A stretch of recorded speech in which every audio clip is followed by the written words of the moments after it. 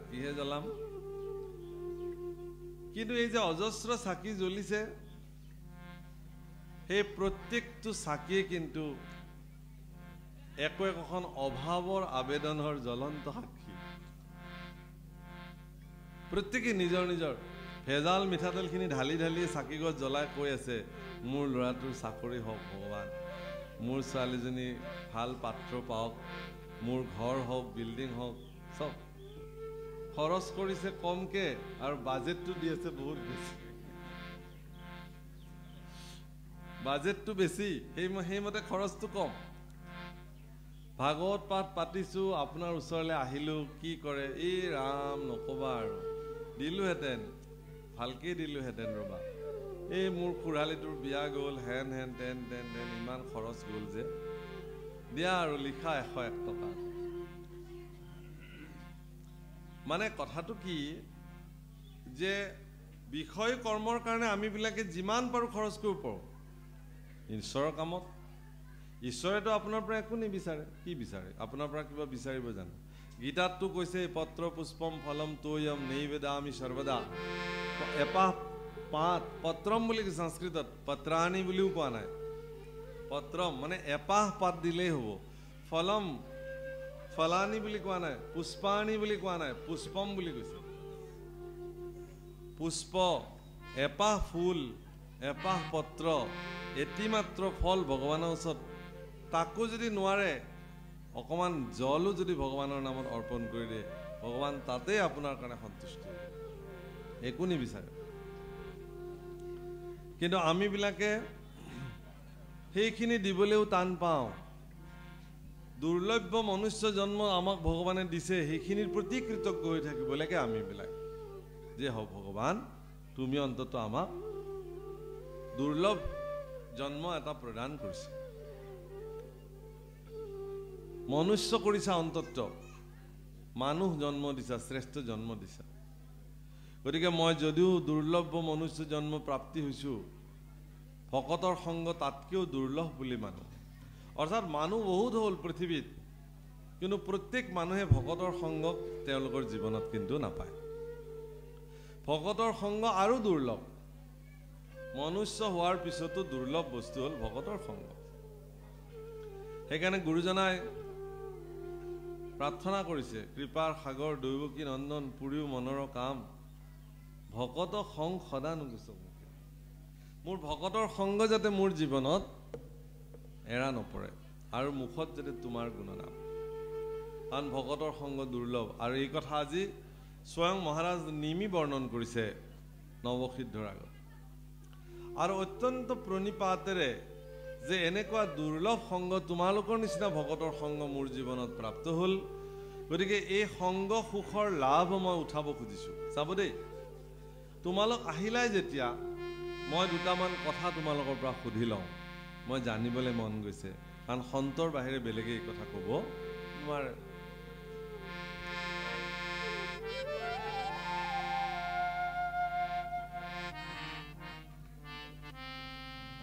হীৰা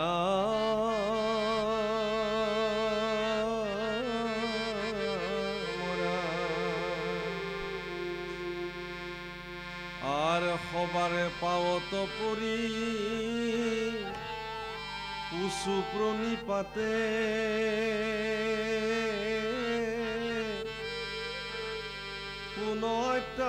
পুনঃতান্তিক সুখ কুহি আমাতে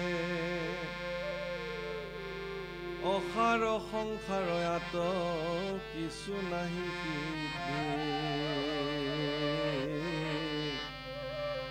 ভকতৰ সংগ অৰ্ধক্ষণে নবনি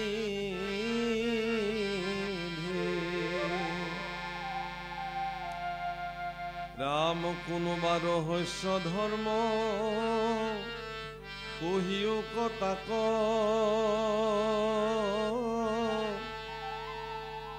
জাত তুষ্ট হুয়াত কৃষ্ণে দেন্ত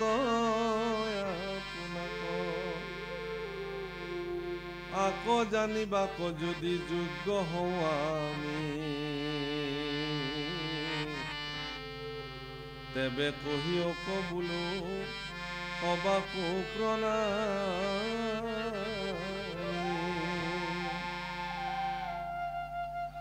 কোন ভাগৱত ধৰ্ম ভক্ত বুলি কাক, কোন মায়া কোনোবা উপায় তৰে তাক, কাক বুলি ব্ৰহ্ম কৰ্ম যোগ কাৰণাম, অৱতৰি কেশৱে কৰন্ত কোন কাম, কোন যুগ ধৰ্ম অভক্তৰ কোন গতি, এই নৱ গোটা প্ৰশ্ন পুছিলা নৃপতি। 9টা বিশেষ প্ৰশ্ন নিবেদন কৰিলে। সেই প্ৰভুসকল ভাগৱতত কৈছে যে এই 9টা প্ৰশ্নৰ উত্তৰ যিসকলে জানে তেওঁ সমগ্ৰ ভাগৱত জানে। ভাগৱত জানিবলৈ তেওঁৰ জীৱনত বাকী নাই। ইয়াৰ প্ৰথম প্ৰশ্ন কি? আত্যন্তিক সুখ কি? আৰ নাৰদ বদতি শুনা বাসুদেৱ সন্ত, এই মতে নিমিজেবে প্ৰশ্ন কৰিলন্ত, আৰ শুনি সিদ্ধ হবে মহাপ্ৰীতি কলভিলা, ঋত্বিজ সদস্য নৃপতিক প্ৰশংসিলা।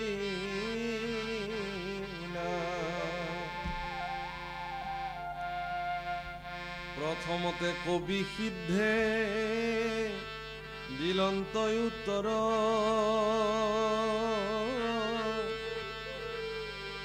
শুনা মহাৰাজ কহু কথা সাৰতৰ, যিটো হব লোকয়াতি মো অমোহে অন্ধ প্ৰায়, পুত্ৰ দ্বাৰা দেহ তেখে আকুল সদায়, সি খবৰ একোকালে নুগুচই ভয়, যাৱে কৃষ্ণ পদাম্বুজে সেৱা নকৰই, কৃষ্ণ পদ সেৱাতে হৰে সবে দুখ, তাহাকে বোলয় ৰাজা আত্যন্তিক সুখ। আটাইতকৈ জানিবলগীয়া কথাটোৱে হ'ল আত্যন্তিক সুখ। এইটো মাইক্ৰফোন দিবলৈ দিয়কচোন যদি পাৰে, এইটো কানেকশ্যন দিবলৈ দিয়কচোন। বাৰে বাৰে এনেকৈ ঘূৰি থাকিবলগীয়া হৈছে।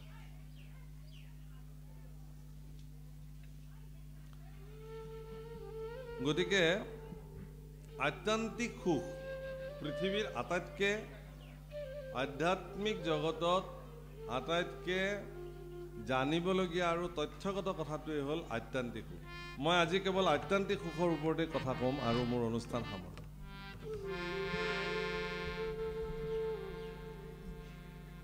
মহাৰাজ পৰীক্ষিত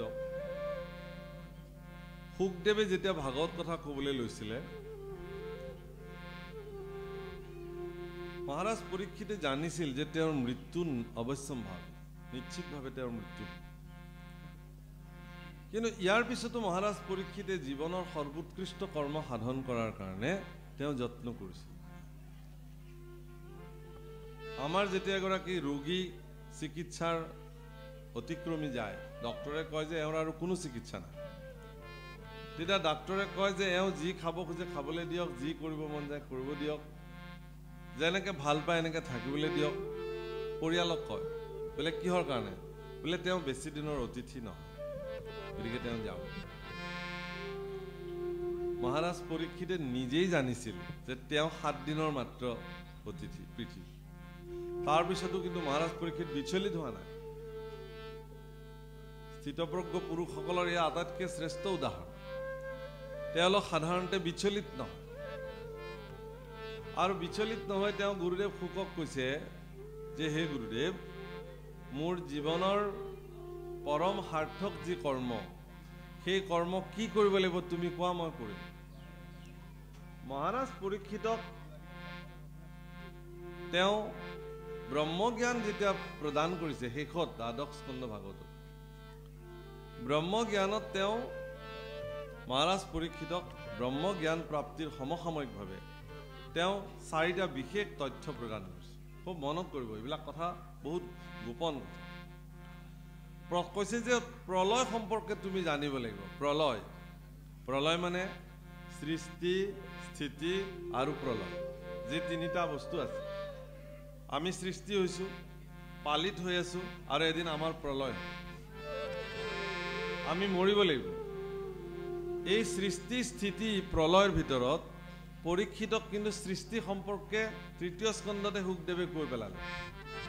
আৰু পালনকৰ্তা হিচাপে সমগ্ৰ ভাগৱতত ভগৱান বিষ্ণু কেনেকৈ জগতক পালন কৰে এই সম্পৰ্কে এক তথ্য প্ৰদান কৰিছে। আৰু দ্বাদশ স্কন্ধ ভাগৱত মহাৰাজ পৰীক্ষিতক তেওঁ প্ৰলয় সম্পৰ্কে বৰ্ণন কৰি কৈছে যে 4বিধ প্ৰলয় আছে। এজন মৃত্যুমুখী লোকক প্ৰলয় সম্পৰ্কে জ্ঞাত কৰাইছে, আপোনালোকেও জানি থক। কৈছে নিত্য প্ৰলয়, নৈমিত্তিক প্ৰলয়, প্ৰাকৃত প্ৰলয় আৰু আত্যন্তিক প্ৰলয়। মনত ৰাখিব কি কি প্ৰলয় বুলি কৈছে। নিত্য প্ৰলয়, নৈমিত্তিক প্ৰলয়, প্ৰাকৃত প্ৰলয় আৰু আত্যন্তিক প্ৰলয়। এই নিত্য প্ৰলয়, প্ৰাকৃত প্ৰলয় বা আত্যন্তিক প্ৰলয় এইবিলাক সকলোৰে জীৱনত ঘটিবই, আপুনি নিবিচাৰিলেও হ'ব আপোনাৰ তাত। ব্ৰহ্মাৰ আয়ু ক্ষয় হয়, ইও প্ৰলয়। মোৰ জীৱনৰ দৈনন্দিন জীৱনৰ আয়ু ক্ষয় হৈ গৈ আছে, মোৰ শৰীৰৰ পৰিৱৰ্তন হৈ গৈ আছে, এইবিলাক নিত্য প্ৰলয়। অৰ্থাৎ আজি ৰিজু পাঠক ইয়াত বহিছোঁ, যিটো ৰূপত আপোনালোকে ভিডিঅ' লৈছে, ফটো লৈছে, আৰু যদি 20 বছৰ পিছত আহি একেখন আসনতে বহোঁ, সেইদিনাখন লোৱা ফটোখন আৰু আজিৰ ফটোখনৰ মাজত মিলাই চাব, পাৰ্থক্য পাব। হয়তো এই কেঁচা চুলিকেইডাল বগা দেখিব, বেলেগ পৰিৱৰ্তন দেখিব। সেইটো মই কিন্তু গমেই নাপাওঁ। মোৰ যে জীৱনৰ এইবিলাক পৰিৱৰ্তন হৈ গৈ আছে, এইবিলাক মই নিজেই নাজানিম। মানুহে নিজে নাজানে তেওঁৰ যে পৰিৱৰ্তন হৈ আছে, আইনাত দেখিলে কেতিয়াবা অনুভৱ কৰে। এইবিলাক নিত্য প্ৰলয়, নৈমিত্তিক প্ৰলয়, প্ৰাকৃত প্ৰলয়ৰ অন্তৰ্গত। কিন্তু আত্যন্তিক প্ৰলয় সম্পৰ্কে ক'বলৈ গৈ কৈছে যে যেতিয়া এজন ব্যক্তিৰ জীৱনত ভয়হীন হৈ যাব, তেওঁ আত্যন্তিক প্ৰলয়। অৰ্থাৎ ইয়াতো এই কথাটোকে কৈছে যে মানুহে পুত্ৰ দ্বাৰা বিষয়ত থাকি এইবিলাকৰ প্ৰতি ভয়ে ভয়ে মানুহ জীৱন কটায়। প্ৰথমতে নিজৰ জীৱনক লৈ সংশয়, এটা সময়ত তেওঁ যৌৱন প্ৰাপ্ত হ'ল, বিবাহ পাতিলে, এজনী ছোৱালী বিবাহ পাতি লৈ আহিলে। এতিয়া তেওঁৰ আকৌ পত্নীৰ কাৰণেও ভয়, পত্নীৰ কিবা হয় নেকি। পত্নীৰ আকৌ স্বামীৰ প্ৰতি ভয়, স্বামীৰ কিবা হয় নেকি। এওঁলোকৰ মাজত ল'ৰা ছোৱালী জন্ম হ'ল, এইবাৰ ল'ৰা ছোৱালীকেইটাক লৈ ভয়। মানে ভয় আৰু ভয়, কেৱল ভয়তে আমি। আৰু এই ভয়ৰ মুখ্য কাৰণটো কি জানে? মৃত্যু ভয়। সেইকাৰণে 4টা বস্তুৰ প্ৰতি মানুহৰ বিষয়ৰ লগত সম্পৃক্ত হৈছে। 4টা বস্তু কি? আহাৰ, নিদ্ৰা, ভয়, মৈথুন। আহাৰ, নিদ্ৰা, ভয় আৰু মৈথুন, এই 4টা। এই 4টা বস্তু মানুহৰ যেনেকৈ আছে, পশু পক্ষীৰো তেনেকৈ আছে। পশু পক্ষীও আহাৰ খায়, মানুহেও আহাৰ খায়। পশু পক্ষীৰো নিদ্ৰা যায়, মানুহেও নিদ্ৰা যায়। পশু পক্ষীৰো ভয় লাগে, মানুহৰো ভয় লাগে, মৃত্যু ভয়। পশু পক্ষীও তেওঁলোকৰ অনুৰূপ সন্তান সন্ততি তেওঁলোকে জন্ম দিয়ে, মানুহেও জন্ম। এই ক্ষেত্ৰত পশু আৰু মানুহৰ মাজত কোনো পাৰ্থক্য নাই। কিন্তু মানুহৰ জীৱনত এটা বিশেষত্বতা আছে, যিটো পশুসকলৰ জীৱনত নাই। সেইটো হ'ল যে মানুহে ধৰ্ম ধাৰণ কৰিব জানে, বাকীবিলাকে নাই। ঈশ্বৰক ভজিব জানে, তেওঁলোকে নাজানে। সেইকাৰণে কৈছে ধৰ্মেৰ হীনা পশুভি সমানা। ধৰ্মহীনজনক পশুৰ লগত একেই বুলি কৈছে। পাৰ্থক্য কি? পুচ্ছবিহীনা। এটাই পাৰ্থক্য তেওঁলোকৰ, যে জীৱ জন্তুবিলাকৰ নেজ আছে, মানুহৰ নাই। পাৰ্থক্য ইমানে। কিন্তু তেওঁ যদি ধৰ্মহীন পুৰুষ হয়, তেতিয়াহ'লে তেওঁ পশুৰ লগত একে। বাপসকল, আত্যন্তিক সুখ সম্পৰ্কে ইয়াত খুব সহজভাৱে কথাটো ক'লে।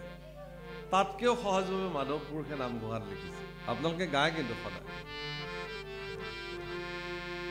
আত্যন্তিক সুখ তজু পদ সেৱা হৰি হৰি হৰি হৰিয়ে সেৱা পৰি হৰি কি সুখে ভৈলো বঞ্চিত। মাধৱ পুৰুষৰ সংজ্ঞাটো অকণমান বেলেগ, কিন্তু বস্তুটো একেটাই। আত্যন্তিক সুখ তোমাৰ চৰণ সেৱা। ইয়াত কি বুলি কৈছে যে পুত্ৰ পৰিবাৰ বিষয় সম্পত্তি নষ্ট হোৱাৰ প্ৰতি যাৰ কোনো ভয় নাই, নিৰ্ভীকভাৱে যিজনে থাকিব পাৰে, যি হয় তাকে হ'ব। ৰাখে হৰি মাৰে কোনে, মাৰে হৰি ৰাখে কোনে। প্ৰহ্লাদক নি পেলাই সমুদ্ৰত পেলাই দিলে, ভয় নাই, নমো নাৰায়ণ নমো নাৰায়ণ জপ কৰি দিলে। সৰ্পক দংশন কৰিব দিলে, ভয় নাই, লাঠিৰে খুচি খুচি শৰীৰ ক্ষত বিক্ষত কৰি দিলে, মৃত্যুৰ প্ৰতি ভয় নাই, একো নাই। অগ্নিত পেলাই দিলে, কোনো ভয় নাই, ভয় নাই।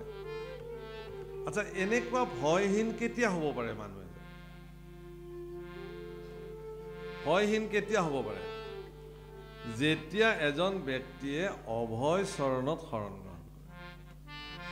ভগৱন্ত পুৰুষৰ অভয় চৰণত আত্মসমৰ্পণ কৰা ব্যক্তিসকলৰ জীৱনত এই ভয় নাহে, বিষয় ভয়। আৰু এবাৰ যদি ভগৱানৰ দুখানি অভয় চৰণত কোনোবাই আত্মসমৰ্পণ কৰিলে, তেতিয়াহ'লে তেওঁৰ জীৱনত আৰু ভয় খাবলগীয়া একো নাই। তেওঁ আত্যন্তিক সুখৰ গৰাকী। তেতিয়াহ'লে আত্যন্তিক সুখ সম্পৰ্কে গীতাত কি কৈছে? সৰ্বো ধৰ্মানাম পৰিত্যজ্য মাম একম শৰণম ব্ৰজ অহম ত্বাম সৰ্ব পাপেভ্যো মোক্ষয়িষ্যামি মা শুচি। সকলো ধৰ্ম পৰিত্যাগ কৰি তুমি কেৱল মোৰ দুখানি অভয় চৰণত শৰণাপন্ন হোৱা। তাৰ কাৰণে তোমাৰ সকলো ভয়, সকলো পাপ, এইবিলাকৰ পৰা মই তোমাক মুক্ত কৰি ৰাখিম। তোমাৰ জীৱনত আৰু ভয় কৰিবলগীয়া একো নাই। অৰ্থাৎ আপোনাক অভয় কৰি ৰাখিবৰ কাৰণে ভগৱানৰ যি প্ৰয়াস, সেই প্ৰয়াস সিদিনা আপোনাৰ জীৱনত কাৰ্যকৰী হ'ব, যিদিনা আপুনি ভগৱানৰ দুখানি অভয় চৰণত নিজকে সমৰ্পিত কৰিব পাৰিব। বুজি পাইছে না প্ৰভুসকল কথাটো? হেৰা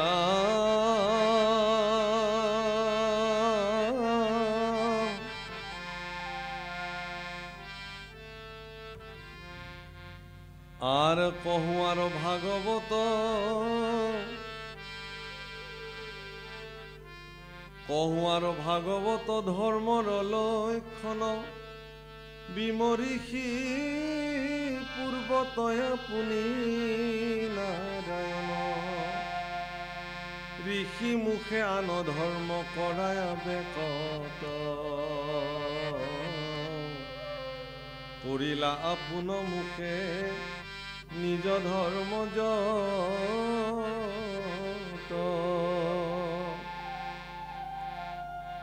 আৰ যাক জানি মহাসুখে মূঢ় জনু তৰে, ঐ অজাতি পাতকি যাক জানিলে নিস্তৰে।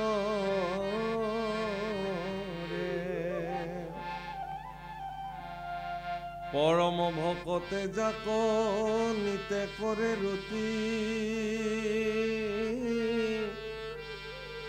সেই ভাগৱত ধৰ্ম জানিবা নিপতি। ঋষিসকলৰ শ্ৰীমুখে বেলেগ বেলেগ ধৰ্মবিলাক ঈশ্বৰ পুৰুষে প্ৰকট কৰাইছে, আৰু তেওঁৰ নিজৰ যিটো ধৰ্ম সেইটো নিজ মুখে প্ৰকট কৰিছে। কাৰ আগত? ব্ৰহ্মাৰ আগত। কি বুলি কৈছে? জ্ঞান বিজ্ঞান তদং ৰহস্য, জ্ঞানম পৰম গুজ্জম মে যত বিজ্ঞান সমন্বিতম সৰহস্য তদং গচ্ছ গৃহান গতিতং ময়া। জ্ঞান বিজ্ঞান তদং ৰহস্য চতুশ্লোকত ব্ৰহ্মাক ভগৱানে ভাগৱত প্ৰদান কৰিছে। এদিন ব্ৰহ্মা, প্ৰথম যেতিয়া ব্ৰহ্মাৰ সৃষ্টি হয়, ব্ৰহ্মা সাৰ পাই দেখিছে যে চৌপাশে কেৱল শূন্য আৰু শূন্য, একো নাই দেখিবলৈ। তেনিয়ে চাইছে, তেনিয়ে কেৱল শূন্য। আৰু নিজে ক'ত আছে চাই দেখিছে যে সুন্দৰ এপাহ পদুম ফুলত তেওঁ বহি আছে। ব্ৰহ্মাৰ মনলৈ ভাৱনা আহিলে যে মই জীপাহ পদুম ফুলত শুই আছো, বহি আছো, এই পদুম ফুল ইয়াৰো নিশ্চয় কৰবাত বহি আছে, কৰবাত লাগি আছে নিশ্চয়। সেইকাৰণে তেওঁ পদুম ফুলৰ ঠাৰিৰে তেওঁ অস্তিত্ব বিচাৰি গুচি গ'ল। বহুকাল বছৰ তেওঁ অতিবাহিত কৰিলে, কিন্তু সেই ঠাৰিডালৰ ক'ৰ পৰা আহিছে সেই চ'ৰ্চটো তেওঁ বিচাৰি নাপালে।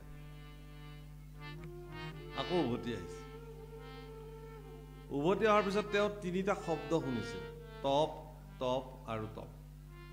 তিনিটা শব্দ ইফালে তপ বুলি শুনিছে, ইফালে চাইছে এখন মুখ হৈছে, ইফালে চাইছে, এনেকে চতুৰানন্দ ব্ৰহ্মা হিচাপে নিৰূপিত হৈছে। এতিয়া ব্ৰহ্মাই তপস্যা সাধন কৰিছে যে তেওঁ নিজে স্বতন্ত্ৰভাৱে তেওঁৰ অস্তিত্ব বিচাৰি গ'লে তেওঁৰ অস্তিত্ব তেওঁ বিচাৰি নাপায়, এই কথা তেওঁ নিশ্চিত হৈছে। আৰু তেওঁৰ তপস্যাৰ অন্তত ভগৱান তেওঁৰ প্ৰতি সন্তুষ্টি হৈছে আৰু ভগৱান তেওঁক সাক্ষাৎ কৰিছে। কোৱা কি লাগে? প্ৰভু তোমাক সাক্ষাৎ পালো, মোৰ কাম কি হ'ব? কি কাৰণত মোক সৃষ্টি কৰিলা? বোলে তোমাৰ কামেই সৃষ্টি কৰিব লাগিব, সৃষ্টিকৰ্তা।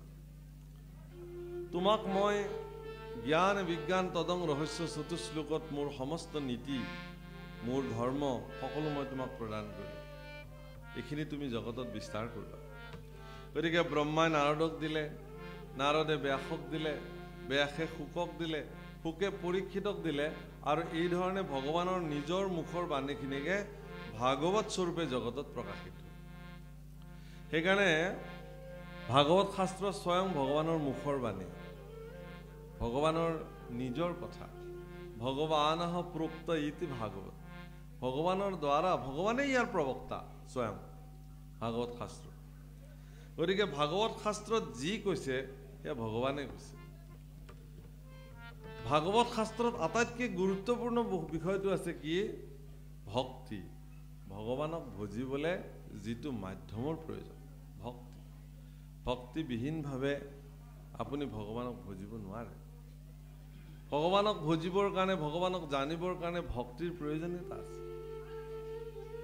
আমি চবেই কৈ থাকোঁ যে ভক্তি কৰিব লাগে, ভক্তি কৰিব লাগে, কিন্তু কি ভক্তি কৰিব, ভক্তি কেনেকৈ কৰিব, সেই সম্পৰ্কে বিস্তৃতভাৱে ভাগৱতত বৰ্ণনা কৰিছে। কিন্তু এইটোও ঠিক যে ভাগৱত শাস্ত্ৰ ব্যতিৰেকে পৃথিৱীত কোনো অন্য শাস্ত্ৰই আপোনাক ভক্তি সম্পৰ্কীয় তথ্য দিব নোৱাৰে।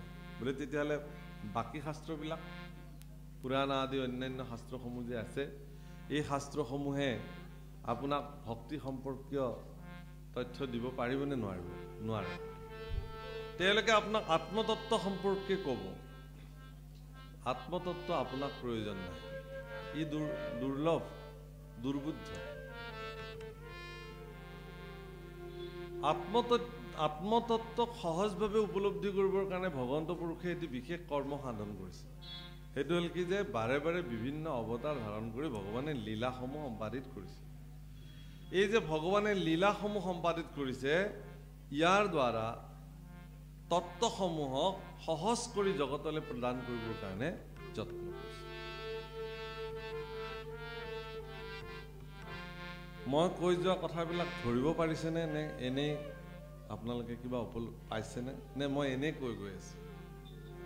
হা, পাইছেনে কিবা অকণমান, নে মোৰ বুজাওঁতে হোৱা নাই?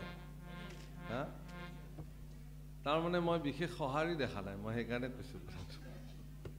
কাৰো পৰা হয়নে, যন্ত্ৰবৎ মই কেৱল কৈ গৈ আছোঁ, কাৰো পৰা মই তেনেকুৱা বিশেষ অভিব্যক্তি দেখা নাই।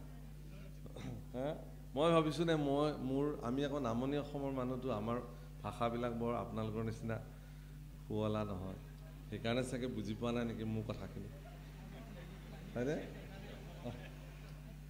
বুজিবলৈ কঠোৱা হৈছে নেকি বাৰু কথাখিনি? আমি বৰ আপোনালোকৰ নিচিনা ধুনীয়াকৈ কথা ক'ব নাজানো, সেইটোৱে সমস্যা আমাৰ কাৰণে। নামনিৰ মানুহ যে, হয়নে? একে গোৱালপাৰা, আমাৰ ভাষাটো ক'লে আপোনালোকে বুজিয়ে নাপাব, হয়নে? প্ৰতিমা পাণ্ডেৰ গীতবোৰ শুনিছে নহয় আপোনালোকে? বুজি পায় জানো? পায়নে অকণমান অকণমান? সেয়াই আমি কওঁ গোৱালপৰীয়া মানুহ, হয়নে? দিনে দিনে খচিয়া পৰিবে ৰংগিলা দালানেৰ মাটি হয়নে আকৌ আপোনাৰ ভূপেন হাজৰিকাই ডক্টৰ ভূপেন হাজৰিকাদেৱ সুধা কণ্ঠ 1965 চনত মাজুলীৰ ঐতিহাসিক গড়মূৰ সত্ৰৰ পূজ্যপাঠ সত্ৰাধিকাৰ প্ৰয়াত শ্ৰী শ্ৰী পীতাম্বৰ দেৱগোস্বামী প্ৰভুশ্বৰে 1965 চনত গড়মূৰৰ ৰঙালী বিহুতে ডক্টৰ ভূপেন হাজৰিকাক সুধা কণ্ঠ অভিধাৰে অভিধিত কৰিছিল বুজিছেনে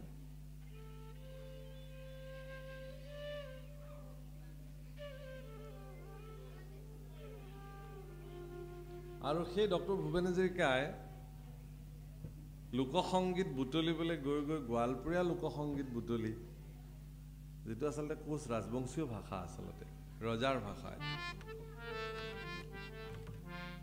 প্ৰতিয়াবন্দে বুঢ়া বাইদেউ পালে আৰু দুগৰাকী অনেক সৃষ্টিশীল গীত জগতলৈ উপহাৰ দিছে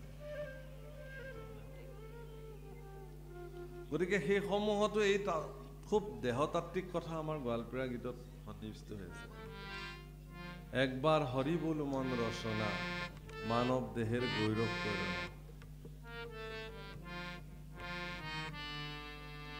আমাৰ বিশেষকৈ যিসকল ভাগৱত বুজি পায় ভাগৱত জনা ব্যক্তিসকলে ভাগৱত শ্ৰৱণ কৰি থাকিলে ভাগৱতৰ অভিব্যক্তি প্ৰকাশ কৰিব লাগে নহয়নে আমি ভাবো যে একো মই বা কি কৈ গৈ আছো এখেতলোকে কি বুজি গৈ আছে মানে এইটো এটা হেৰি হৈ যায় চিন্তা হৈ যায় বাৰু যিয়ে নহওক একবাৰ হৰি বল মন ৰচনা মানৱ দেহেৰ গৌৰৱ প্ৰেৰণা ৰচনা মানে জিভা সেই জিভা তুমি এবাৰ হৰি বোলাচোন মানৱ শৰীৰটোৰ কোনো ভৰসা নাই আজি আছে কাইলৈ নাই গতিকে জীয়াই থাকোঁতে তোমাৰ জিভাখনেৰে এবাৰ হৰি নাম লোৱা মহাপুৰুষ মাধৱদেৱেও কৈছে যে হে জিভা সদা তোৰ মধুৰ ৰাখে প্ৰিয় মাত্ৰ জানতই ৰসৰ সাৰ হে জিভা তুমি ৰস বিচাৰ কৰাত তুমি বৰ সিদ্ধহস্ত কিন্তু পৃথিৱীৰ শ্ৰেষ্ঠ ৰসটোৱে হ'ল ভাগৱত ৰস নামৰ ৰস পান কৰা